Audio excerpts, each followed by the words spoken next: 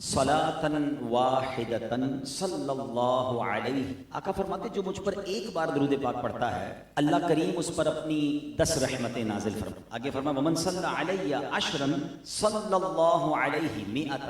جس نے مجھ پر 10 بار درود پاک پڑھا رب کریم اس پر اپنی 100 رحمت. آگے فرمایا ومن صلی علی مئۃ صلی اللہ علیہ الف. جو مجھ پر 100 بار درود پڑھے اللہ اس پر 1000 رحمتیں نازل فرمائے. Look at the beautiful calculation.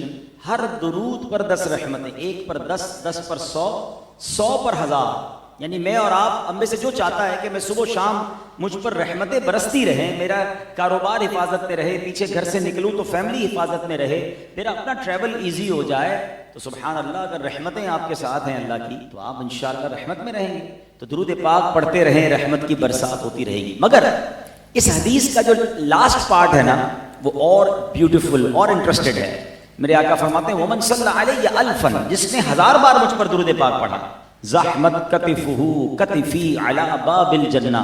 فرمایا جنت کے دروازے پر اس کا کاندھا میرے کاندھے سے چھو رہا ہوگا. آئے ہائے ہائے، حضور کے پیچھے جنت چلے جائیں یہی بہت ہے. غلام کا کام تو پیچھے پیچھے چلنا ہے، مگر یہاں سرکار دو عالم علیہ السلام بشارت کیا دے رہے ہیں؟ جنت میں ایسے جائیں گے کہ اس کا کاندھا میرے کاندھے سے چھو رہا ہوگا، ٹچ ہو رہا ہوگا.